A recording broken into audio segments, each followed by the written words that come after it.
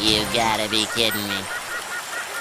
Bucks at the Falcons. Going to be a fun one. Divisional matchup on Prime Time, but it's Amazon Prime Video, so the game is going to be disappointing. So just to keep with the consistency, Somehow. shout out to Bezos. But must starts, risky starts, don't starts. Going to talk about some guys here that just need to be in the lineup. Maybe they're a question mark and keep them out. We're going to start out with must starts. My must start, Mike Evans, man. Don't be scared. He had Patrick Surtain on him. Week 2 was weird. Baker ran for 2 touchdowns. Like, there's a little bit of strange games there, but Mike Evans is still absolutely the guy for Baker Mayfield, along with Chris Godwin stepping up as well. It's been really exciting to watch. Godwin's been awesome as well.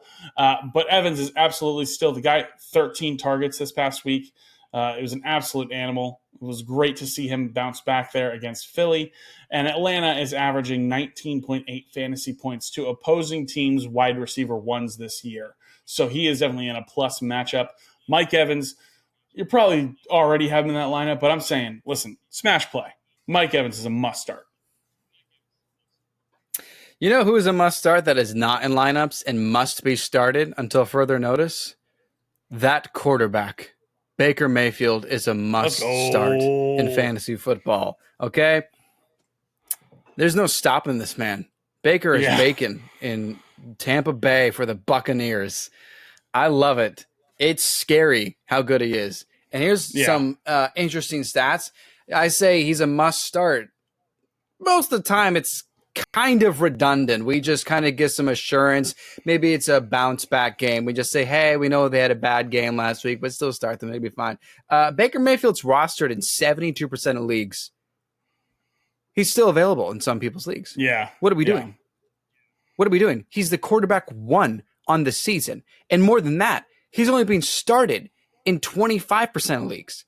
He's your starting quarterback. Get him out there. He is the highest scoring player aside from Alvin Kamara, and it's by a couple points. And that's based on your format, too. Baker Mayfield is the number 1 scoring fantasy player. Why are we not starting him as a lock? He's the must start for Thursday night and for the rest of the season until something drastically changes. You have to roll out Baker Mayfield for 2024. There's my must start. I love it. Yeah. Baker, I'm a former Baker hater, self-proclaimed.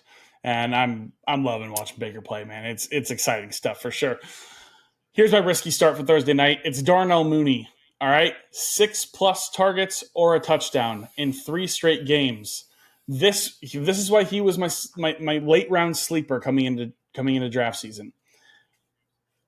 Darnell Mooney kind of went under the radar. Wasn't super involved in Chicago with Justin Fields, but I seem to remember a guy who was pretty much the exact same build, height, weight as Darnell Mooney in Minnesota as a wide receiver 2, being awesome. And it was Jordan Addison. And that was my point to make, was like, Kirk and Addison kind of cooked together. And I think Darnell Mooney might also be in that realm of things.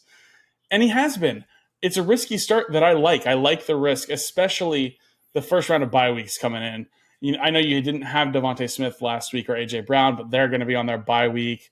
You've got Elad McConkey, who just had a good week on his bye week. You've got who else here? The Lions. You got Amon-Ra St. Brown and Jameson Williams on a bye week, and the Titans. If you're starting Calvin Ridley, I'm sorry. So there's that. But I really like the risk on Darnell Mooney. So he's my risky start. He's been a good play week to week. He hasn't been game breaking. That second week against the Eagles was pretty nice if for whatever reason anybody started him, but he's been nice. My risky start, I don't like it, but I understand some people may have to start my risky start, and that is Rachaad White. It is a risk now to start him. That is official, and it's quite concerning. There is not only serious doubt he's going to finish top 10 like Noah and I thought he would based on the PPR volume, but there's serious doubt he's going to even be just this starting running back. With the way Bucky Irving is running, man, he looks good. And I feel bad for Rachaad White because Buccaneers are cruising. I mean, this offense is heating up without Rachaad White.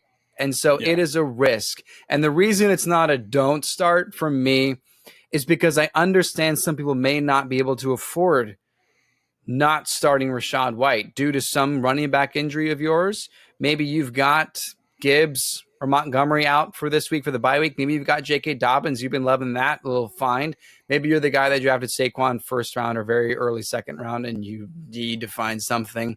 Or maybe you're really enjoying Tony Pollard, who's been actually quite good this year too. He has a shot to be top 10, actually. So I understand if you have to roll out Rachaad White, and it's going to be a dangerous play, and it's going to be really bad if he doesn't do something great this Thursday night. But that's my risk for obvious reasons.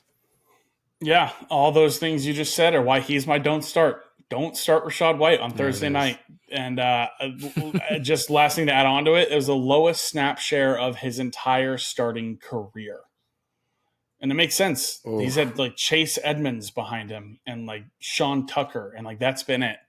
Bucky Irving looks good, and he's an exciting guy. The funny thing is, Rachaad White, we brag on his efficiency. This is like one of his most efficient games he's ever had in his career on the ground. But the lowest snap share of his career.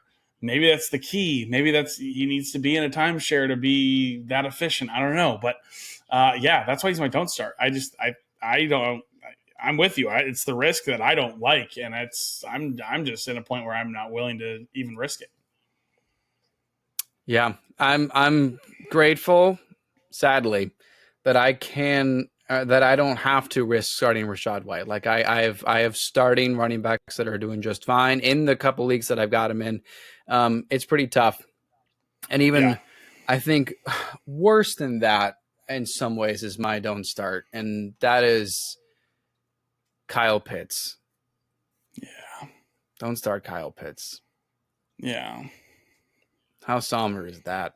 I mean, I could what hear a somber way to end the show. I know. I could hear your audio through YouTube. Our listeners, I could hear your room go quiet. Like it got cut through the tension and the disappointment with a hot knife. Yeah. It's sad. I mean, he's barely getting targeted, and it's so shocking because we saw what Kirk Cousins has done with tight ends through the years, and we've seen it with T.J. Hawkinson and Logan Thomas are the ones that we can remember off the top of our heads. But I mean, just over the years with Washington and in Minnesota, Kyle Rudolph was a great option.